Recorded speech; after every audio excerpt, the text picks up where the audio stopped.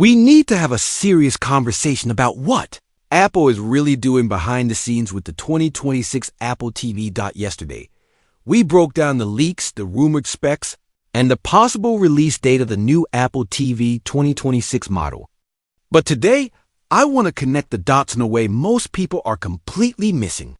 Because if you think Apple is just launching another cheap streaming box so you can watch Netflix and YouTube, you're not seeing the bigger picture at all. After going through the rumored specs again, especially the A-series chip, the talk around Apple Intelligence, and that aggressive pricing, I am more convinced than ever that Apple is no longer building a streaming device. They're building a Trojan horse, a stealth game console, a full-blown smart home hub. An AI assistant for your living room.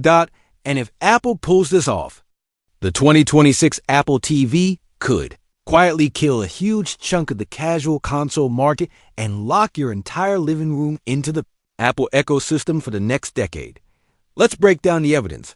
First question: why on earth would Apple put in a 17 Pro, A19 or whatever next-gen A-series chip they're using inside a box that just plays movies? It makes no sense. A 4K HDR movie stream needs almost no CPU power. Your ISP, your Wi-Fi, and your TV panel matter way more than the processor. You can run Netflix, Disney Plus, and Prime Video on hardware so weak it costs less than a decent dinner. Putting an iPhone 15 Pro class or iPhone 16 class chip inside a tiny set-top box is like dropping a Ferrari engine into a lawnmower. You don't do that for fun. You do it because this is not actually a lawnmower. So if the new Apple TV 2026 isn't really about streaming, what is all that power for? It's for gaming. It's for Apple Intelligence. It's for taking over your smart home. This is the first angle we have to talk about. Apple TV 2026 as a stealth game console. For years, gamers have laughed at Apple's attempts to get serious about games. Half-hearted Apple TV gaming, forgettable Apple Arcade launch titles, mobile ports that nobody asked for. We've seen this pattern before, but 2026 feels different. Leaks and reports suggest the new Apple TV will support hardware-accelerated ray tracing.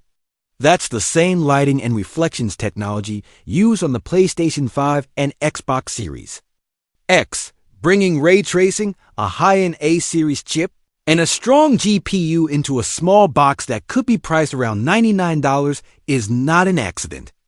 In terms of efficiency per watt and per dollar, this thing starts to look clearly more capable than a Nintendo Switch or Switch-like competitive with, or at least good enough compared to, an Xbox Series S for casual gamers. Absolutely overkill. Compared to any Roku Fire TV stick or Chromecast. No, think about the casual gamer. And this is crucial. I'm not talking about the hardcore PC gamer with a $3,000 rig. I'm talking about the FIFA AIFC player, the Call of Duty Mobile or Warzone mobile player, the person who jumps into NBA 2K, Genshin Impact, Fortnite, or Asphalt in short bursts. It's a family that wants Minecraft, Lego games, and some racing titles on the big screen. They really want to spend $500 on a giant console that takes up space, needs massive game downloads, and demands expensive accessories? Or would they rather spend $99 on a tiny Apple TV box that hides behind the TV plugs into any HDMI port, connects to controllers they might already own, plays good enough versions of the same games in 4K or 1440p with solid frame rates now? Layer in Apple Arcade. And what Apple has been doing quietly in the background. We are not just talking about basic mobile games anymore. In the last couple of years, Apple has been aggressively courting big publishers and porting real app titles to Apple Silicon. Resident Evil Village, Resident Evil 4 Remake, Assassin's Creed Mirage, Death Stranding Director's Cut. These aren't phone games. These are the same titles you normally expect on PS5, Xbox, or PC. The 2026 Apple TV is perfectly positioned to become the dedicated home console for this new wave of Apple Silicon games. Imagine this experience. You start a game on your iPhone during your commute.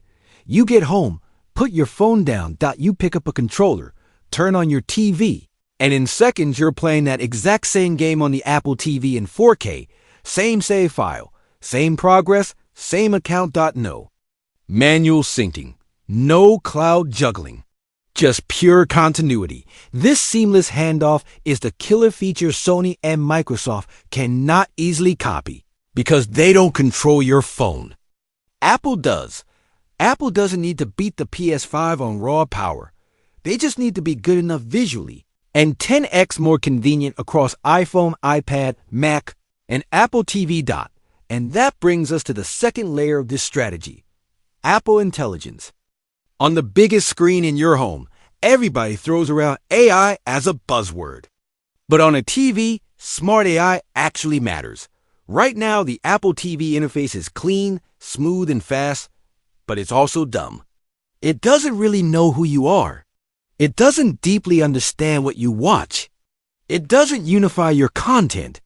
From all the apps, the 2026 Apple TV, powered by a next-gen neural engine and Apple Intelligence, changes that. Picture this. You sit on the couch and say, "Show me that movie where the guy fights the bear I think Leonardo DiCaprio was in." Instantly, it brings up The Revenant with streaming options from every app you have installed. Or you say, find a sci-fi series like Severance, but shorter, under 8 episodes, and not too violent. Instead of scrolling through 10 different apps for 20 minutes, the AI curates a unified feed from Netflix, Disney+, Prime Video, Apple TV+, HBO, Max, any other supported app. It doesn't just show you rows of thumbnails. It surfaces exactly what you're in the mood for, based on your history, who's currently in the room, the time of day, your previous habits. Think about family profiles as well. The Apple TV 2026 could automatically switch recommendations based on which iPhone or Apple Watch is nearby or who picked up the remote. Kids get family-friendly content. Adults get mature recommendations. Everyone gets a personalized, AI-driven home screen. Now apply Apple Intelligence to gaming on Apple TV. Real-time difficulty suggestions if you're stuck on a level, hints, and guidance without leaving the game. Smart clips and highlights automatically generated for streamers. Better voice chat handling, noise isolation, and love subtitles. And then there's accessibility, instant on-device closed captions for live content, automatic language translation for foreign shows and movies, smarter audio descriptions for visually impaired users. That A-series chip inside the 2026 Apple TV isn't just there to push pixels. It's there to run serious AI workloads right in your living room without sending every request to the cloud. Which leads us straight to the next piece of the puzzle. The price. Rumors keep circling around a potential $99 price point for the new Apple TV 2026, if that's even close to true. This is a classic loss leader strategy. It's exactly what Sony has done for years with the PlayStation. Sell the console close to cost or even at a loss early on and make the real money on game sales, DLC, and expansion subscription services. Apple is taking that playbook and bending it to their advantage. They don't need to make a big profit on the Apple TV hardware. What they need is to get that box into every single HDMI port in as many homes as possible. Once that black square is under your TV, everything else becomes easier. You're more likely to subscribe to Apple TV Plus. You're more likely to sign up for Apple Arcade for gaming. You're more likely to add Apple Fitness Plus. Workouts on the big screen. You're more likely to use Apple Music in the living room. You're more likely to buy a HomePod or HomePod Mini for better sound. You're more likely to upgrade your iPhone, iPad, or Mac to stay inside the ecosystem. The Apple TV becomes the gateway drug into the full Apple lifestyle. And speaking of HomePod, that brings us to the third pillar of this strategy, the smart home takeover. Right now, the smart home market is a disaster. You've got Google Home, Amazon, Alex, Zagagees, Wave, Matter, Thread, a dozen different brands, hubs, and apps. Most people have no idea which devices will actually work together. which apps they need, or what will break if they change routers.